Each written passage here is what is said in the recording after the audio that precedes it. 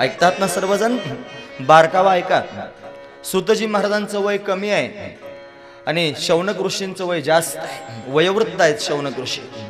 पण वयोवृद्ध असणाऱ्या शौनकानं कमी वयाच्या असणाऱ्या सुताच्या समोर साष्टांग प्रणिपात केला.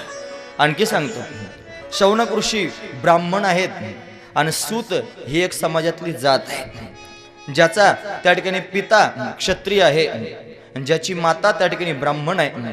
ब्राह्मण माता आणि क्षत्रिय पिता यांच्या संकरातून झालेली संतती त्याला म्हणावं सूत. अशी सूतजी महाराज. या सुतांना त्या ठिकाणी महाराज पाहून शौनकानं नमस्कार करावा. कसा काय नमस्कार केला असेल माहिती आहे? हे वृद्ध आहेत. तुम्ही म्हणाल तुम्ही आताच सांगता शौनक ऋषी वृद्ध आहेत आणि ते तरुण आहेत. अरे ते तरुण जरी दिसत असले तरी ते ज्ञान वृद्ध आहेत. वृद्धांचे प्रकार आहेत ना महाराज.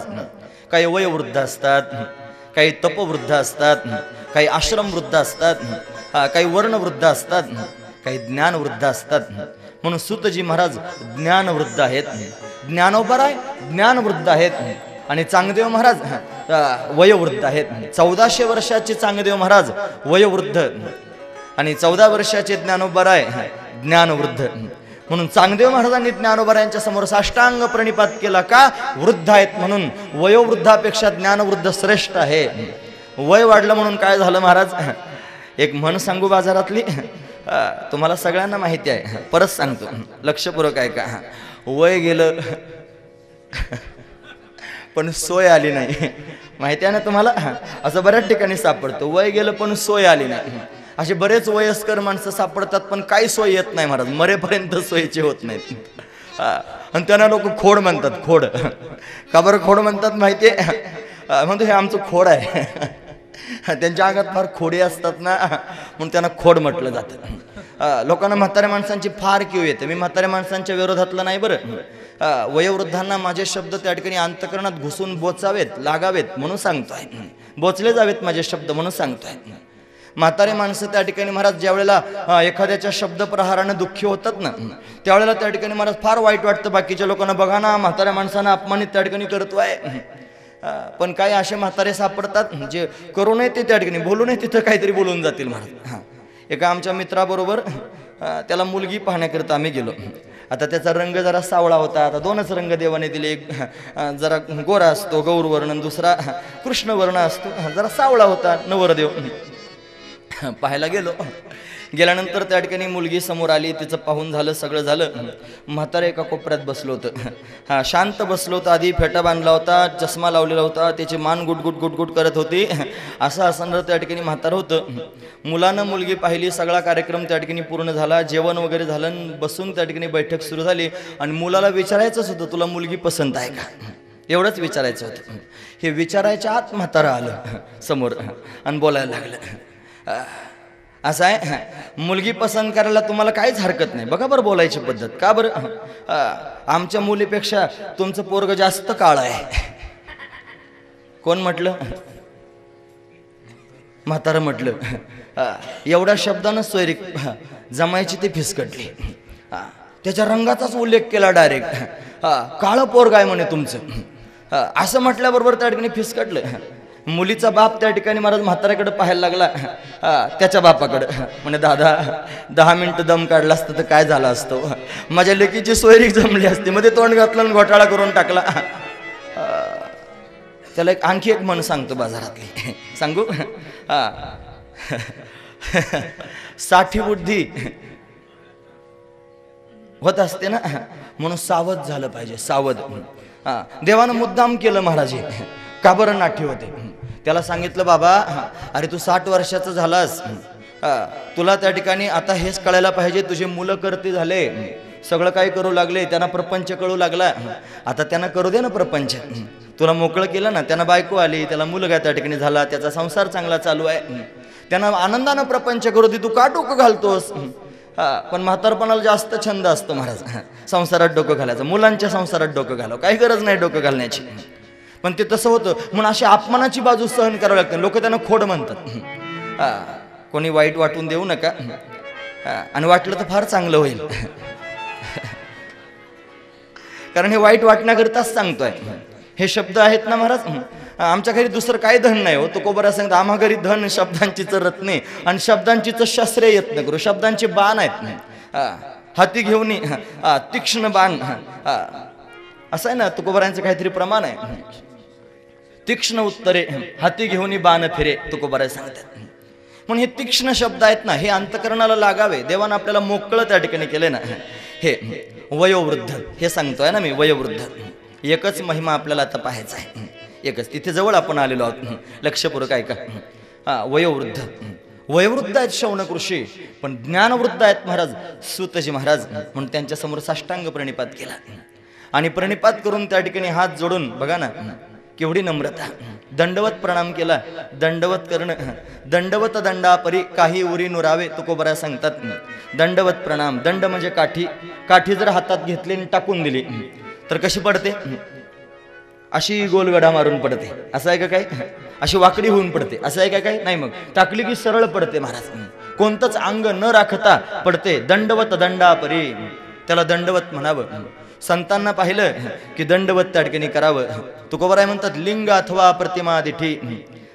शिवलिंग जर त्या ठिकाणी पाहिलं किंवा भगवंताची प्रतिमा पाहिली स्वतःला सोडून द्यावं. साष्टांग प्रणिपात करावा. साष्टांग प्रणिपात अष्ट अंग प्रणिपात 8 अंगांसहित त्या ठिकाणी प्रणिपात करावा गरजेचं आहे. साष्टांग प्रणिपात केला सुतांच्या समोर. गुरु मांडलं सुतांना. नमस्कार करून त्या ठिकाणी गुरु शब्दात फार मोठा अर्थ आहे बरं. गु शब्दाने एक अर्थ निघतो, रू शब्दाने एक अर्थ निघतो. गु म्हणजे काय? गुकारस्त अंधकारोस्ती. गुकार म्हणजे त्या ठिकाणी अंधकार आणि रुकारस्त निरोधक. रू म्हणजे काय? त्याचा निरोध करणारा, अंधाराचा निरोध करणारा जो आहे, अंधाराला घालवणारा जो आहे त्याला म्हणाव गुरु. आपल्या जीवनामध्ये सुद्धा अज्ञानाचा अंधकार आहे ना महाराज. म्हणून अज्ञान रूपी अंधकाराला घालवायचं असेल तर त्या ठिकाणी गुरूंना शरण गेलं पाहिजे. गुरुजींची शरणागती केली पाहिजे. लोक गुरु शोधण्याकरिता जातात. ज्ञानोबा म्हणतात नका जाऊ शोधायला. मग तयार व्हा. चांगल्यापैकी तयार होऊन बसा. आपली अवस्था निर्माण करा.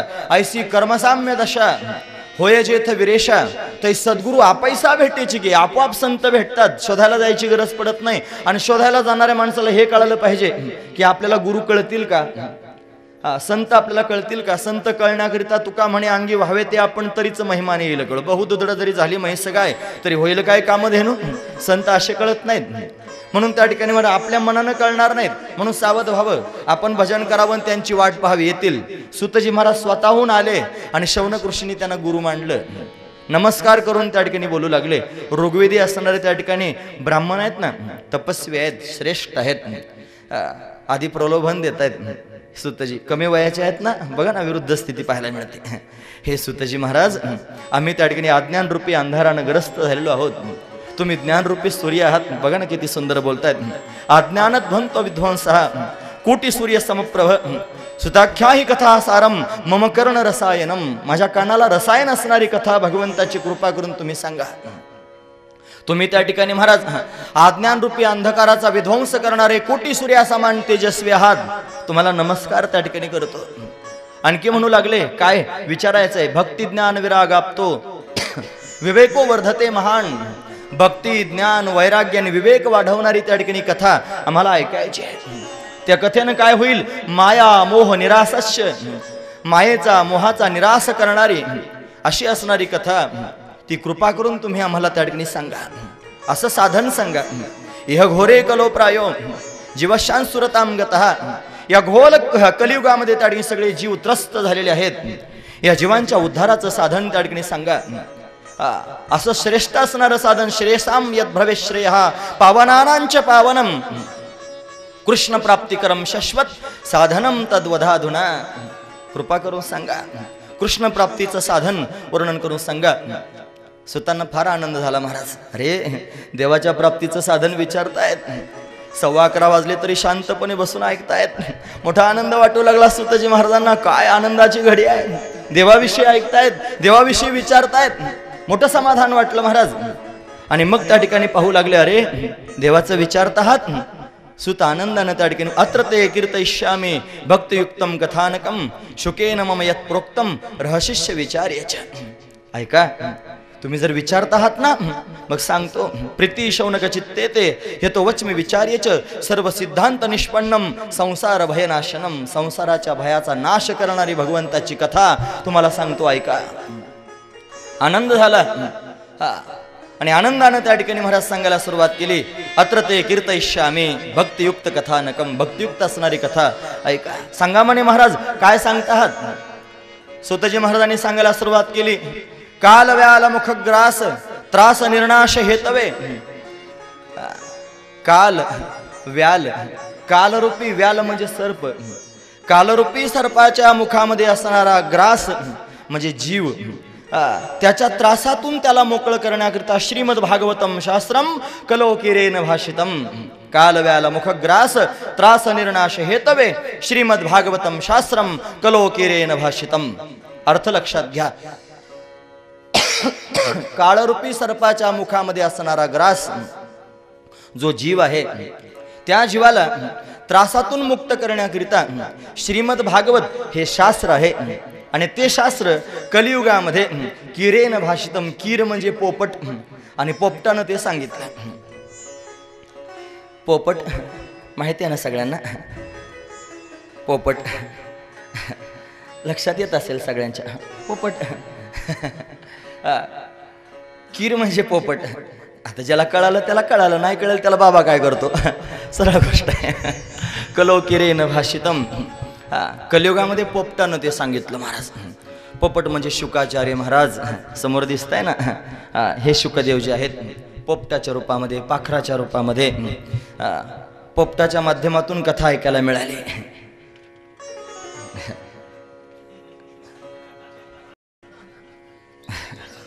कळालं. चला. कीर कलो किरेन भाषितम, त्यानं सांगितलेली ही कथा, म्हणून ती त्या ठिकाणी ऐका. मी तुमच्या समोर सांगतोय. अशी भागवत कथा आहे महाराज. काय सांगावं, त्याचा महिमा सांगतोय ना.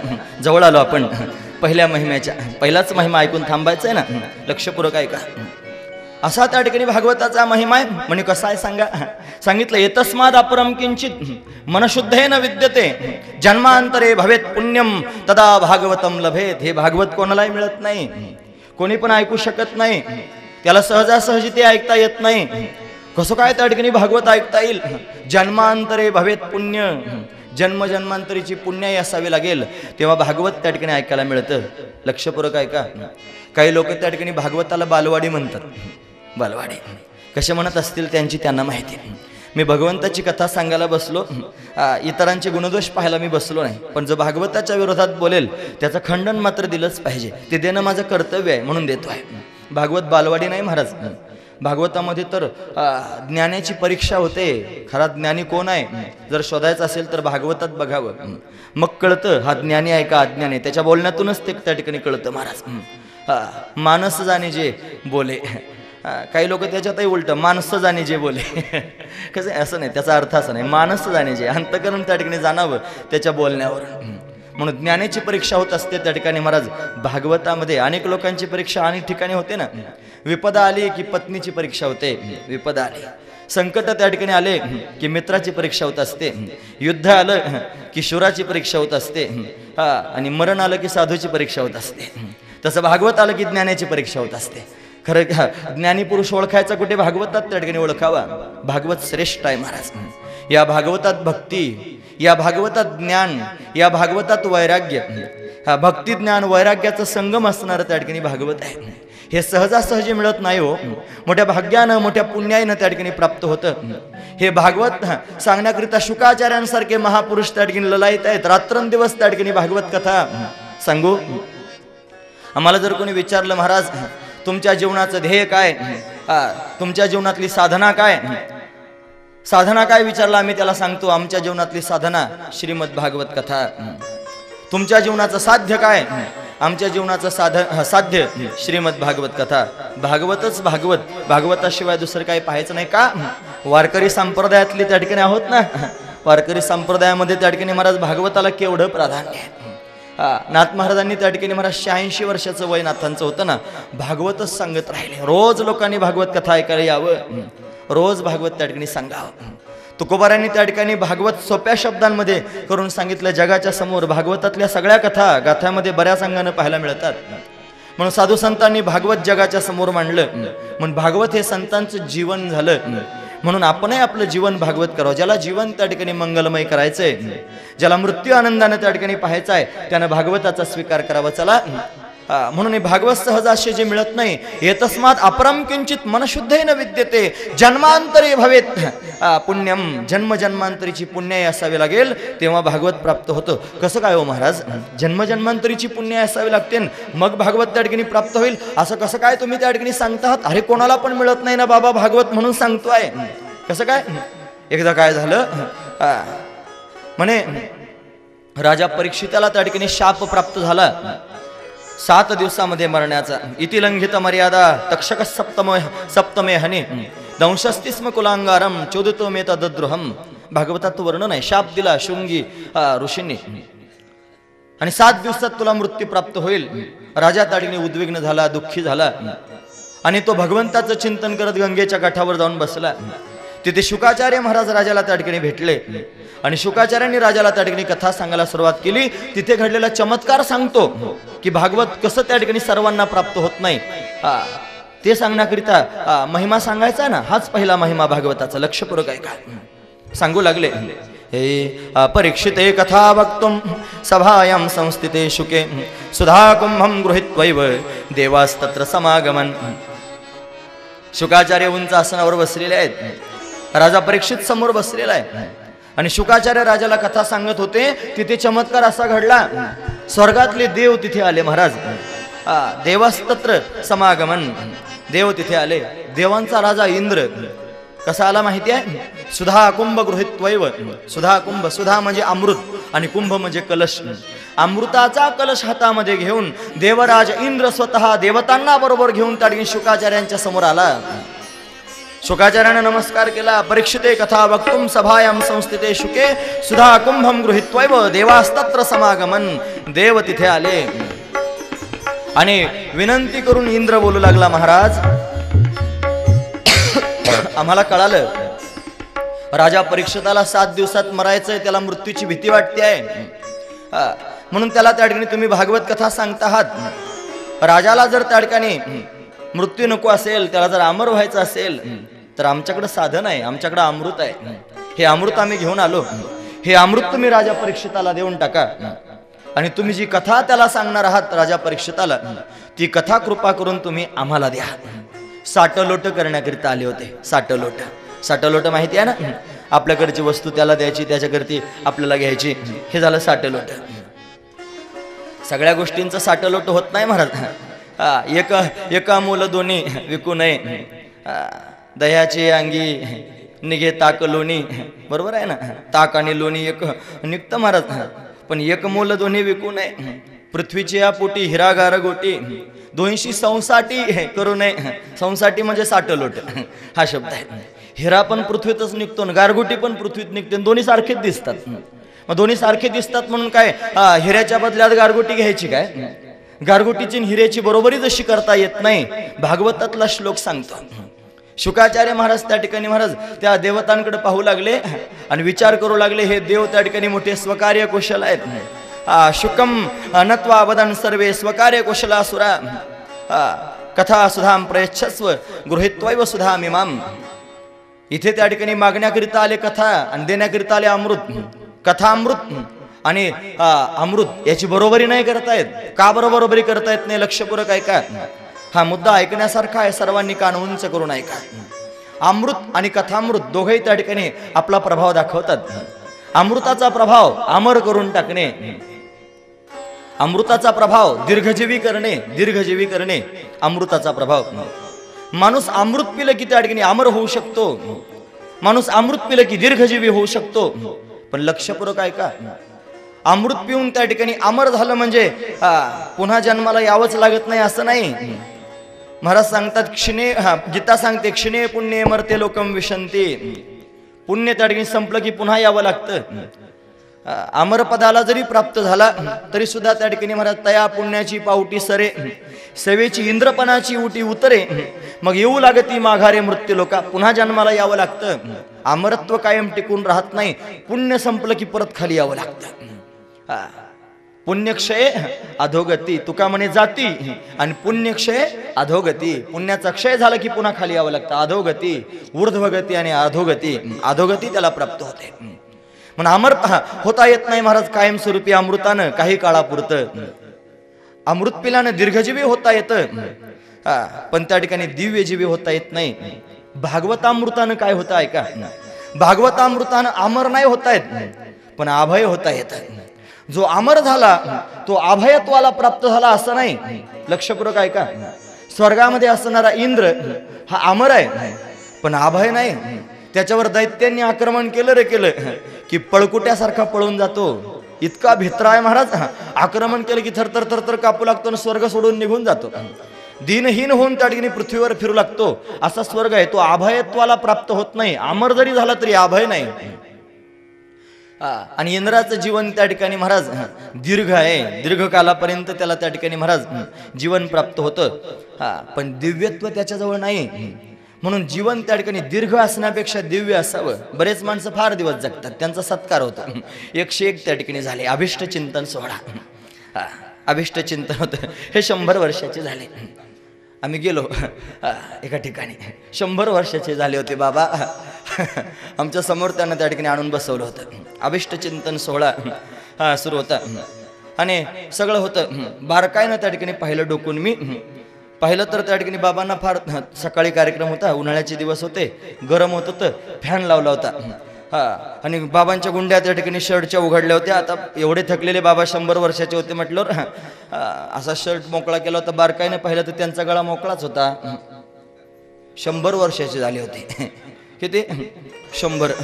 पण असं नाही वाटलं की आपलं शरीर देवाला देऊन टाकावं, भगवंताच्या भजनाकरता वापरावं. माळ घालण्याचा आमचा आग्रह नाही, पण माळ घालण्याचा अर्थ कळाला म्हणजे माणूस आपोआप ते करेल. माळ घालणं म्हणजे काय माहिती आहे? तुळशीची माळ असते ना, तुळशीची माळ घालणं म्हणजे गळ्यात मणी घालणं असं त्याचा अर्थ नाही. माळ घालणं म्हणजे शरीरावर तुळस ठेवणं असं त्याचा अर्थ आहे. तुळस ठेवलं म्हणजे काय करायचं? आपण घरामध्ये देवाला नैवेद्य दाखवतो ना, प्रसाद, त्याचा कधी होतो माहिती आहे? आधी होत असतो शिरा, 1.25 किलो रवा. जाऊ द्या, ते तुम्हाला सगळं माहिती आहे. एवढं सगळं आणायचं, सगळा कार्यक्रम त्या ठिकाणी तो तयार करायचा शिरा. त्याच्यावरती तुळशीचं एक पान ठेवायचं म्हणजे त्याचं काय होतो? नैवेद्य. आणि तो तुळशीचं पान ठेवलं म्हणजे देव त्याचा स्वीकार करतो. अशी त्या ठिकाणी भावना आपल्या अंतःकरणात निर्माण होते. मग आपण लोकांना देतो. त्याचं काय नाव आहे? प्रसाद. आधी शिरा, नंतर नैवेद्य, नंतर प्रसाद. या नैवेद्याला किंवा या शिऱ्याला प्रसाद ही भूमिका केव्हा तयार झाली? तुळशीचं पान ठेवलं म्हणून. का तुळस ठेवायची? तुळस असं आहे महाराज, तिला वरदानच देवानं देऊन टाकलं, तुझ्या माध्यमातून जो माझ्याकडे येईल त्याचं मी काहीच पाहणार नाही. या शिऱ्यामध्ये तूप जास्त आहे का कमी आहे, याच्यामध्ये साखर कमी आहे का जास्त आहे, काही पाहणार नाही. तुझं पान त्याच्यावर ठेवलं आणि माझ्या समोर आणलं की बस मी त्याचा स्वीकार करेल. तसा आपला हा शिरा, याच्यात जरा शिरा कळेल ना. हे अंतरंगानं पाहिल्याशिवाय जमणार नाही. त्यात शिरलं पाहिजे ना महाराज, थोडं शिरा, मग कळेल. हे शरीर देवाला द्यायचंय. मग जन्मभर संसार करून खरकट गेलेलं शरीर असं देवाला द्यायला जाल तर देव घेईल का? मग याच्यावर तुळस ठेवा. आणि कसंही मागचं तुमचं चरित्र असू द्या, तुळस त्याच्यावर ठेवून देवाच्या समोर जा आणि म्हणा देवाला, देवा मी आलो. देव म्हणतो ये, मी तुला घेण्याकरिताच बसलोय, तुझ्या गळ्यात तुळस मला दिसते, ये ये. माणसं मेल्यावर लोक शेवटी नाही का, अरे लवकर आणा तुळशीचं पान.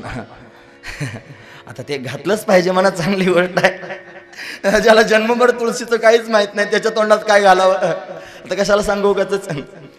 असं आहे ना, समर्पण जीवनामध्ये असावं. 100 वर्षाचं आयुष्य प्राप्त होण्यापेक्षा, दीर्घजीवी होण्यापेक्षा दिव्यजीवी व्हावं. कान उंच करून ऐका. माझ्या शंकराचार्यांना त्या ठिकाणी जीवन प्राप्त झालं, 32 वर्षाचं आयुष्य मिळालं. 32 वर्षाचं. माऊली ज्ञानोबा 22 वर्षापर्यंत त्या ठिकाणी आपल्या सर्वांमध्ये दिसले ना, अजूनही ते तिथेच बसलेले आहेत, पण सर्वांमध्ये मूर्त रूपानं 22 वर्ष राहिले. जगद्गुरु तुकोबाराय त्या ठिकाणी महाराज 41 वर्ष आपल्यामध्ये राहिले आणि सदैव वैकुंठाला गेले. कोणी मानेल नाही मानेल याच्याशी आम्हाला काही घेणं देणं नाही. आम्ही त्या ठिकाणी मानतो, आमच्या अंतःकरणात श्रद्धा आणि भाव आहे. जो हे मानत नसेल त्याला आम्ही मानत नाहीत. ऐका, जो हे मानत नसेल त्याला आम्ही मानत नाहीत. काय करावं? आम्हाला मान्य आहे आमच्या जीवनामध्ये भगवंताच्या अस्तित्वाचा अनुभव आहे. अनुभव ज्याच्या जीवनात आहे त्यानं मानलंच पाहिजे. महाराज तुकोबारांना 41 वर्षाचं जीवन मिळालं, पण कमी जीवन असून सुद्धा दिव्य जीवी झाले. शंकराचार्य 32 वर्ष राहिले पण शंकर दिग्विजय पाहायला मिळतो. दिव्य जीवी. ज्ञानोबा आहे दिव्य जीवी. तुकोबर आहे दिव्य जीवी. दीर्घजीवी होण्यापेक्षा दिव्य जीवी व्हावं. आयुष्य कमी मिळावं पण जीवन दिव्य असावं. अमृताच्या माध्यमातून आयुष्य जास्त मिळतं पण दिव्यता काहीच नसते. पण भागवतामृताकडे बघा. हे भागवतामृत त्या ठिकाणी महाराज आमर करत नाही पण अभय करतं. जो कोणी भागवत ऐकेल त्याच्या जीवनात अभयता निर्माण होईल. काही भय राहणार नाही. आता भय नाही ऐसे वाटे जीवा, घडली या सेवा समर्थाची. भयरहित जीवन होऊन जाईल. भागवताच्या माध्यमातून हे घडेल. या स्वागत आहे सर्वांचं. भागवताचं 7 दिवसापर्यंत श्रवण करा. अभयत्वाला प्राप्त व्हाल. काही भीती राहणार नाही. राजा शेवटी सांगतोय अहम ब्रह्म परम धाम ब्रह्मोहम परमम परम. महाराज मला मरायची भीती वाटत नाही हो. मरण माझे मरून गेले. राजाच्या मुखातले शब्द आहेत. अभयत्व प्राप्त झालं. काय करता अमरत्वाला? अभय व्हा. आणि राजाचं जीवन दिव्य झालं. भागवतामृताच्या माध्यमातून दिव्य जीवी भागवत त्या ठिकाणी करतं. म्हणून त्या ठिकाणी दिलं नाही इंद्राला भागवतामृत. त्याला सांगितलं जा तुझं घेऊन जा. शुकम नत्वा वदन सर्वे स्वकार्य कुशलासुरः. हे सगळे सूर म्हणजे देव स्वतःचं कार्य करण्यामध्ये कुशल आहेत. यांना दिलंच नाही पाहिजे. परत पाठवलं. आणि प्रमाण सांगतात क्व सुधा क्व कथा लोके क्व काच कोम निर्महान. भागवतातलं वर्णन आहे. म्हणून अशा पद्धतीनं त्या ठिकाणी महाराज हे भागवत आहे. एवढं त्याचं दिव्यत्व आहे. कोणालाही मिळत नाही असं त्या ठिकाणी सांगितलं. ते राजानं 7 दिवस ऐकल्यानं राजा कृतार्थ झाला. राजाचा उद्धार झाला. राजा त्या ठिकाणी दिव्यत्वाला प्राप्त झाला असं त्या ठिकाणी ऐकलं. ब्रह्मदेवानं सुद्धा हे ऐकलं. याचा डंका वाजू लागला. 7 दिवसात राजा उद्धरून गेला. 7 दिवसात राजा उद्धरून गेला. डंका वाजतोय. ब्रह्मदेवानं सत्य लोकात ऐकला आणि विचार करू लागला आता काय करू. पाहिलं पाहिजे कशानं उद्धरून गेला 7 दिवसात. मग बारकाईनं पाहिलं तर अरे भागवताच्या श्रवणानं उद्धरून गेला. भागवताची तपासणी केली पाहिजे. त्यानं काय केलं माहिती आहे? सत्य लोके तुलांबध्वा तोलयन साधनान्य जहा. अन्य साधनांबरोबर तुलना करण्याकरिता सत्य लोकामध्ये तराजू लावला. तराजू कळतो ना, 2 पारडे असतात. एका पारण्यामध्ये उद्धाराचे सगळे साधनं घेऊन ठेवले आणि एका पारण्यामध्ये भागवत कथा ठेवली. चमत्कार असा घडला. भागवताचं पारडं जड भरलं आणि बाकीची सगळी साधनं त्या ठिकाणी महाराज हलकी भरली. चमत्कार ब्रह्मदेवाला वाटला. म्हणून इथे त्या ठिकाणी वर्णन करून सांगतात राज्ञ मोक्ष तथा भिक्ष पुरा धातापि विस्मित. धाता म्हणजे ब्रह्मदेव. ब्रह्मदेव सुद्धा आश्चर्यचकित झाला. भागवताचा पहिला महिमा, पहिलं महात्म्य भागवताचं आहे. ब्रह्मदेवासारखा तोंडात बोट घालतो भागवताकडे पाहून. एवढं मोठं साधन, उद्धाराचं साधन का लोक ऐकत नसतील हो? का लोक याला नावं ठेवत असतील? का लोक याचं श्रवण करत नसतील? का त्याचा स्वीकार करत नसतील? लक्षपूर्वक ऐका. लोकांच्या समोर त्या ठिकाणी प्रकरण ग्रंथ सांगून किचकट त्या ठिकाणी ज्ञानाच्या प्रक्रिया जर सांगितल्या तर लोक झोपी जातील. त्यांना नाही समजणार. त्याला परिभाषेचं ज्ञान असलं पाहिजे. त्याला मोठा व्यासंग असला पाहिजे. त्याला त्या ठिकाणी परिभाषा कळून त्याला त्याची नजर असली पाहिजे तर ते ज्ञान कळतं. ती नजर तयार होण्याकरिता त्या ठिकाणी महाराज भागवतामृताचं श्रवण केलं पाहिजे. तो अधिकारी होईल ज्ञानाचा. मग त्याला ज्ञान कळेल. म्हणून त्या ठिकाणी पहिला महिमा ब्रह्मदेव आश्चर्यचकित झाला. इथेच आपण थांबतो आहोत. पहिला महिमा त्या ठिकाणी सर्वांनी श्रवण केला. असे त्या ठिकाणी भागवताविषयी बोलत असताना अनेक प्रकारचा महिमा भागवताचा त्या ठिकाणी सांगितला. आणखी 2 त्या ठिकाणी महात्म्य भागवताचे आपण पाहणार आहोत. पण ते उद्याच्या सत्रात पाहिले जातील. म्हणून सर्वांनी त्या ठिकाणी वेळेत येण्याचा प्रयत्न करा. आजची कथा याच ठिकाणी विराम पावते आहे. बरंचसं बोलण्यासारखं आहे पण वेळ त्या ठिकाणी बरीचशी होऊन गेली. तरी सुद्धा तुम्ही शांत बसून कथा श्रवण केली. तुम्हा सर्वांच्या अंतकरणापासून धन्यवाद करतो. इथेच त्या ठिकाणी थांबतो. सर्व भाविक भक्तांना कळवण्यात येईल की आरती झाल्यानंतर सर्वांना प्रसाद या ठिकाणी मिळणार आहे. तरी सर्वांनी शिस्तीनं प्रसाद घ्यायचा आणि नंतरच इथून जायचं. जय हो जय श्री भागवता आरती करू भगवंता. जय हो जय श्री भागवता भागवता आरती करू तुझ भगवंता श्री शुक मुनीने परम भक्तीने नापरीने गायले जयता आरती करू तुझ भगवंता जय हो जय श्री भागवता आरती करू भगवंता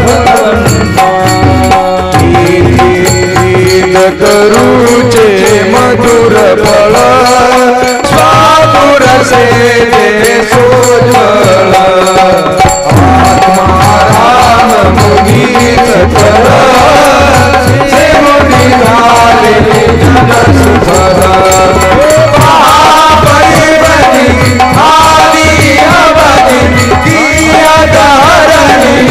भोजल धरणी दीपता आरती करो ताली बजा ताली ताली जय श्री भागवता आरती करो भगवंता व्यासांची वाणी सातक हरिगुण गावोनी शास्त्र पुराणे मुकुटमणि परम प्रेमामृतरणी सहज सेविका भाविक भवता उदार दाता मोक्ष तत्वता देहाता आरती करो भगवंता जय हो जय श्री भागवता आरती करो मंदिर हनुमानच तीर्थ द्वादश सोपानी रूप निर्मल भक्ति जले भरित विहरे हरि सचिता लोक सुखमय संतति जगुळे सेवनी रमणे हर भले सखीता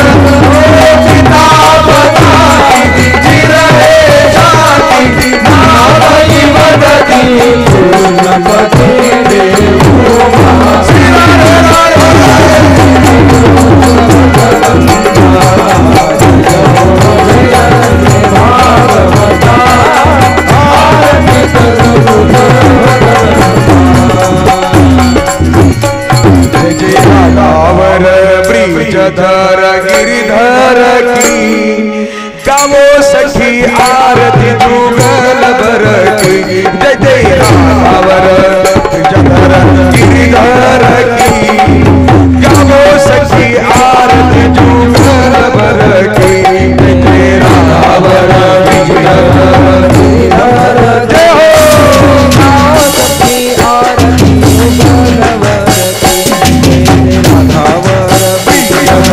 गिरिधर की गाओ सखी आरती लिए तार हर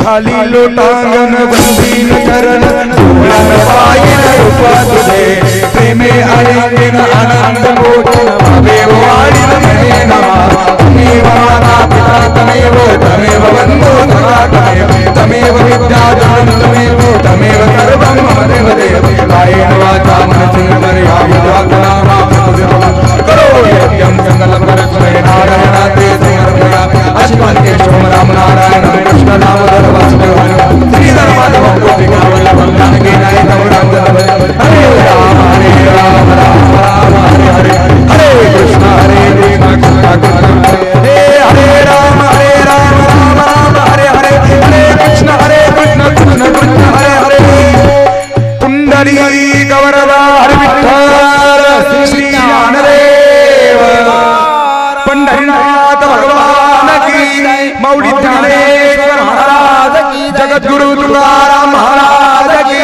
भागवत भगवान की व्यासदेव भगवान की शुकदेव भगवान की आद्य गुरु श्रीमद शंकराचार्य भगवान की जय राधा रानी की जय जय जय श्री राधे मना सर्व धर्म की अधर्म का प्राणियों में विश्व का कल्याण हो माता की ओम पार्वती पते हर हर आज के आनंद की जय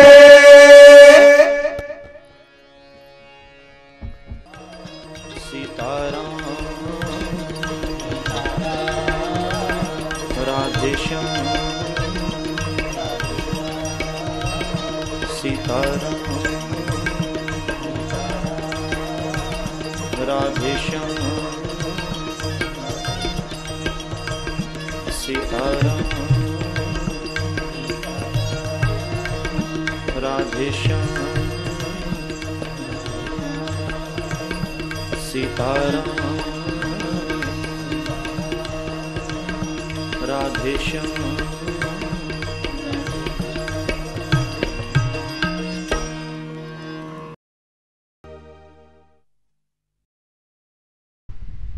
ईश्वरो गुरुरात्मेति मूर्तिभेद विभागिने व्योम बद व्याप्त देहाय दक्षिणामूर्ते नमः। आज आपण ह्या ठिकाणी सगळे जे जमलोत एकदम त्यांच्या खर्चाच्या 13 रुपयाला एक कॅसेट, बाजारात 50, 100, 150, महत्त्वाचे असले तर 200 पर्यंत बी जाते, पण ते सेट स्वरूपात आणि प्रत्येकाला एकच भाव. आणि जसं शिर्डी संस्थान, गजानन संस्थान, गजानन महाराज शेगाव किंवा अजून बरेच असे संस्थान आहेत, जसं शिर्डीला जेवण असतं, घाटा होईल पण मुनाफा जे नाही आहे, अशा स्थितीमध्ये ही जे कॅसेट ज्या राधेश्याम परिवाराने प्रकाशित केली आणि महाराजांनी ज्या ज्या ठिकाणी भागवत एक तन्मयतेनं हे भागवत ते सांगतात. एक वेळेस मी थोडंच ऐकलो, माझा शिष्य जरी असला तरी हे दुसरा प्रसंग आहे माझा. हां, पण त्याला जे सांगितलं आहे, त्याला जे मी बोललो आहे, कीर्तन, भागवत, प्रवचन, त्याला मी पहिलं सांगितलेलं, जर तुला करायचं असेल तर कर, करायला खूप चांगला मार्ग आहे, पण काही घ्यायचं नसेल तर कर, द्यायचं असेल तर किती बी कर मग, कारण घेणं हे बरोबर जे नाही आहे. त्यांनी आतापर्यंत 10-20 भागवतचा तर मला रिपोर्ट चांगला भेटलेला आहे आणि त्या रिपोर्टच्या अनुसार की त्याने कुठेही अजून त्या भागवतच्या जाग्यामध्ये पाणी पण पिलेलं जे नाही आहे. पूर्वी एक जो मोतीराम महाराज म्हणून ठोळेकर होते, तुम्ही जाणत असाल, मोतीराम महाराज ठोळेकर, काकानी, रंगनाथ महाराज, दांडेकर मामा, पुन्हा ते कोण एक शिंगवते ठाकूर समाजाचे, तर हे हां बंकट स्वामी.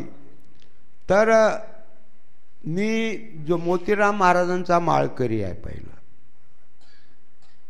घरी होतो त्यावेळेला, त्यांची शिक्षा, पण त्यांचं चरित्र, त्यांचं वागणं मी कमीत कमी त्यांच्या समाधीच्या टाईमपर्यंत 10-20, 5-25 कीर्तन मी ऐकले. त्यांच्या उपदेशानंच मी काशीला गेलो आहे.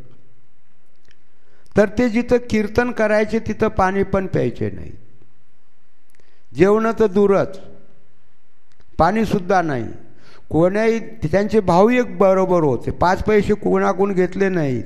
ह्यांच्या तरी या 12 बंडीला खिसा असेल, पण त्यांच्या शर्टाला खिसा बी नव्हता, नाही काही हे ठेवायला, काही आपलं हे कार्ड वगैरे. तर ते मतलब ही आहे की अशा महान पुरुषाच्या चरित्रावर, त्यांच्या पावलावर पाव देऊन चालणारे कमी असतात. मी हे म्हणत नाही आहे की ज्यांची स्थिती तशी नाही आहे त्यांनी बरोबर घ्यावं द्यावं आणि खावं प्यावं, त्याला काही दोष नाही आहे. पण ज्याची स्थिती ठीक आहे त्याला हे करायची जरूरच नाही आहे, त्याने बरोबर ह्या विकास महाराजासारखा परमार्थ करावा आणि धन्य माता पिता तयाचे, त्याचेच आई वडील धन्य होतील. तर परमार्थ प्रत्येकजण करतं, कोणाची मजबुरी असती घेण्याची. आज तर आपण पाहतो की ज्ञानेश्वर महाराजाला यज्ञोपवीत होऊ दिलं नाही, ब्राह्मणात घेतलं जे नाही आहे ज्ञानेश्वर महाराजाला. आज महाराष्ट्रात हजारो मंदिर माऊलीची आहेत आणि दररोज पुजारी त्यांचं जे यज्ञोपवीत घालतात, त्यांच्या दगडाला घालतात, जिवंतपणी नाही. तुकाराम महाराजांचं दिवाळा निघालं, दुष्काळामध्ये सगळंच गेलं, जे होतं ते बी त्यांनी खातं जे होतं ते पाण्यात बुडवून टाकलं आणि सांगितलं बरे केले देवा काढेले दिवाळे. चांगलं झालंय. भंडाऱ्या डोंगरावर तपस्या केली, ते पण एक पुजारी तिथले आलेले आहेत, भक्तिमय त्यांनी तपस्या केली. प्रसंग आहे भागवतात, जरा थोडी सांगा, काही घोर नाही आहे. एक वेळेस महाराजांची पत्नी, स्त्री धर्म काय असतो, नंतर अत्यंत गरिबी हालाकीचा संसार चालला, खायला काही नाही आहे. घरात 2-2 दिवस त्यांच्या घरात उंदीर एक सुद्धा जे नाही, खायलाच काही नाही आहे. आजकाल झालेत मच्छर, त्यावेळा त्या घरात मच्छर बी नसेल, खाणं नाही तर रक्त भेटणार जे नाही आहे ते तरी कुठून येईल.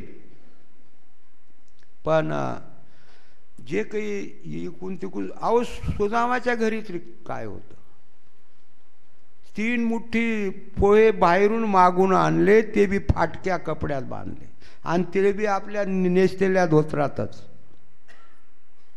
अशी स्थिती होती. तिथे काही श्रीमंत जे नव्हते ते, तर त्या बाईनं कुठून तरी आणून, पण त्या बाईचा एक नेम होता, पतीला खाऊ घातल्याशे चाय भले ती बोलली असेल. विमानानं जाते वेळेस ती गेली नाही आहे, महाराजांना बोलवलं, मी चाललो आता, तू पण चल. म्हणे तू जा बाबा, म्हणे मी काही येणार नाही, माझा हे संसार आहे, मुलं आहे, बाळा आहे, सगळं आहे, तसं तुम्ही करू नका. पण अशा भक्ताच्या त्यांना खाऊ घालते वेळेस एक दिवस परमात्माने त्या बाईची परीक्षा बघितली. तिच्या पायात एक मोठा काटा घुसवला, ती बसली तिथंच, एवढा काटा गेलेला आहे मध्ये. बसली, गुराक्याचं स्वरूप घेऊन परमात्मा आले, म्हणे आई झालंय काय, पाहता परमेश्वर आई म्हणतोय. किती त्या माऊलीची भक्ती असेल. देवाला शिव्या द्यायची ना ती, आणि दिलेले आहेत, आताच देईल ती शिवी पुढे. तर ते ती खूप पाहती, निघत नाही. देव आले गुराक्याच्या स्वरूपात, म्हणे आई काटा मी काढतो. काटा काढला, म्हणे काढला, म्हणे बाळ काय रे तुझं काय नाव आहे, माझं नाव म्हणे विठ्ठल आहे. विठ्ठल तुझं मडं गेलं, मुडतं गेलं. दगड घेतला, तिच्या मागं लागली मारण्यास, नावाला, पण पतीचं नाव सोडलं नाही, पतीची सेवा सोडली नाही. हां, बाईला पतीच गुरु बी आहे, पती परमेश्वर आहे आणि पती तिचं सर्वस्व जीवन आहे. अशा बऱ्याच भक्तिमती माता बी झाल्यात, जनाबाई घ्या, अशा बऱ्याच असणाऱ्या. तर आपण जे हे कॅसेट जे ऐकाल, ती कॅसेट तन्मयतेनं आणि मस्त आनंदात, असं नाही की भाकरी चालल्यात की कॅसेट ऐकाल, झोपायचा टाईम झाला आहे तरी लावून झोपणार, त्याच्या झोप जल्दी ती ध्यानात घ्या. कोणते धार्मिक ग्रंथात बसा, झोपील. धार्मिक ही अजून मस्त आनंदात झोपा, फार जल्दी झोप येते. कारण त्या झोपीला ते कामच आहेत तेवढं, कारण ती त्याची माया, मम माया. आणि ती माया दूर करण्यासाठी त्याची भक्ती पती स्वरूपात देवाला समजा, देव स्वरूपात पतीला समजा. मीराबाईनं देव स्वरूपातच देव समजला. पती होती त्याच्याशीच लग्न तिनं घेतलं करून. तर अशी भक्ती जर केली आणि कॅसेट जर तन्मयतेनं ऐकली, कारण ज्या राधेश्याम परिवाराने हे तुमच्यासाठी एवढे प्रयत्न करून, मेहनत करून, स्वतःचं धन अर्जित करून जे काढलेलं आहे, हे आपल्या कल्याणासाठी काढलेलं आहे. आणि ह्याने असं पुढे बी हा कार्यक्रम कॅसेटचा चालू ठेवावा. त्यांची खूप सेवा होईल. आणि जे जे हे भाव भक्तीनं हे जे मधुर भागवत, वेदांती भागवत आहे, भक्तिमय भागवत आहे, भक्तीचं स्वरूप हे भागवत आहे. आणि त्याच्यामध्ये सगळेजण ऐकून एकरूप होऊन जीवनमुक्त व्हावा, ही माझी एक अपेक्षा देऊन मी माझे 2 शब्द पूर्ण करतोय. हरिओम हरिओम हरिओम.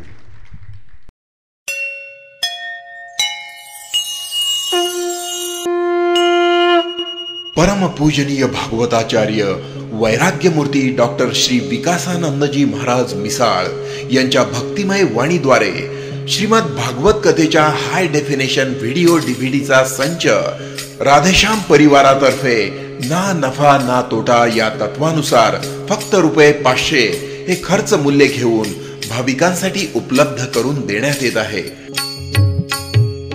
डीव्हीडी संच प्राप्त करून घेण्यासाठी भाविकांनी हरिभक्त पारायण राजेंद्र महाराज कोऱ्हे यांच्याशी संपर्क साधावा ही विनंती.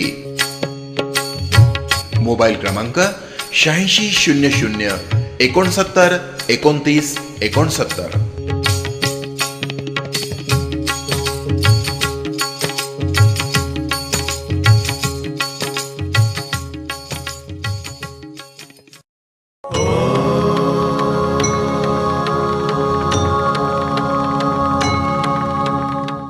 जय गुरुदेव. ऋषी संस्कृती विद्या केंद्र श्रीरामपूर सेंटर प्रस्तुत सिद्ध समाधी योग आनंदी जीवनाचे शास्त्र.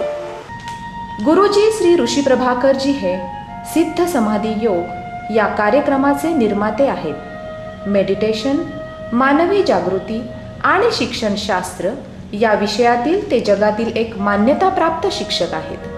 ते स्वतः कॉम्प्युटर तज्ज्ञ, एरोनॉटिकल इंजिनियर व कॅनडातील वेस्टर्न ऑन्टेरियो युनिव्हर्सिटीचे व्यवस्थापन शास्त्रातील पदवीधर आहेत.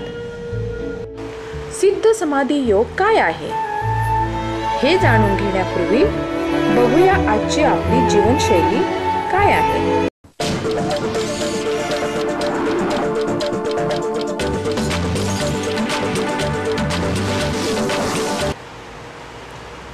याचा परिणाम रक्तदाब, हृदयविकार, मधुमेह, अल्सर, निद्रानाश, तणावग्रस्त मनस्थिती, आत्मविश्वासाचा अभाव. यावर उपाय आहे का?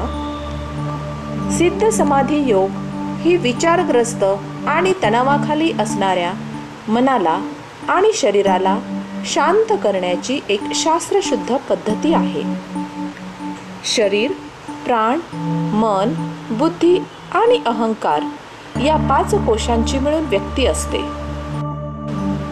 सिद्ध समाधी योग या शिबिरात पंचकोशांचे शुद्धीकरण होऊन व्यक्तीच्या सर्वांगीण आरोग्यामध्ये सुधारणा होते. पंचकोशाद्वारे शुद्धीकरण. अन्नमय कोश. आरोग्यदायक आहाराद्वारे शरीराचे शुद्धीकरण.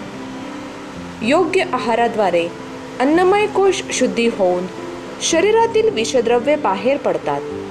याबाबत सखोल मार्गदर्शन केले जाते. प्राणमय कोश.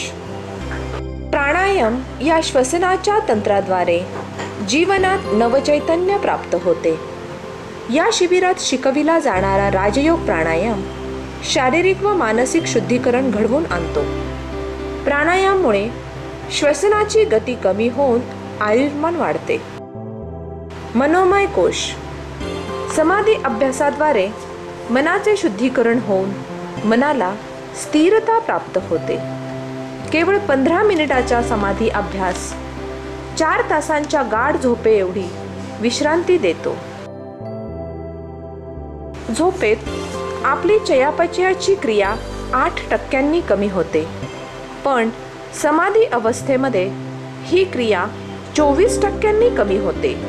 परिणामी शरीरात ऊर्जा साठविली जाऊन उत्साह व जोम वाढतो. विज्ञानमय कोश. बुद्धीच्या पलीकडे जाऊन अहंकाराचे विसर्जन. चर्चासत्रे व बौद्धिके याद्वारे विज्ञानमय कोश शुद्धी होते. बुद्धीच्या सर्व शंका व द्विधा अवस्था दूर होतात. निर्णय क्षमतेत वाढ होते. आनंदमय कोश. कारणाशिवाय आनंदी. 4 दिवसांच्या निसर्गरम्य ठिकाणी घेतलेल्या ध्यान शिबिरातून आनंदमय कोशाची शुद्धी सहज साधली जाते. मन लहान मुलासारखे निरागस व आनंदी होते. आज से पहले, आज से ज्यादा खुशी आज तक नहीं मिली, इतनी सुहानी ऐसी मीठी घड़ी आज तक नहीं मिली, आज से पहले. सिद्ध समाधी योग शिबिरामुळे होणारे फायदे. आरोग्य. सिद्ध समाधी योगामुळे तुम्ही खूप खूप आनंदी होता. जीवनातल्या सर्व तणावांपासून व व्याधींपासून मुक्त होता.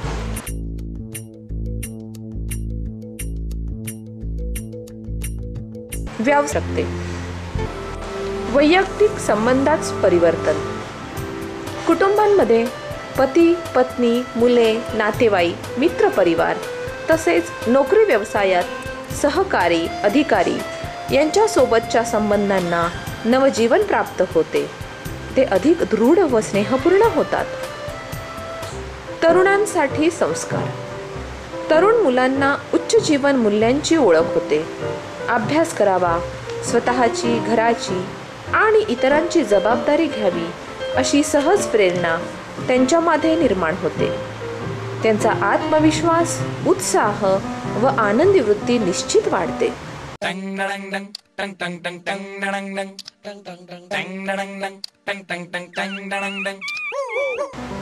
सृजनशीलतेत वाढ.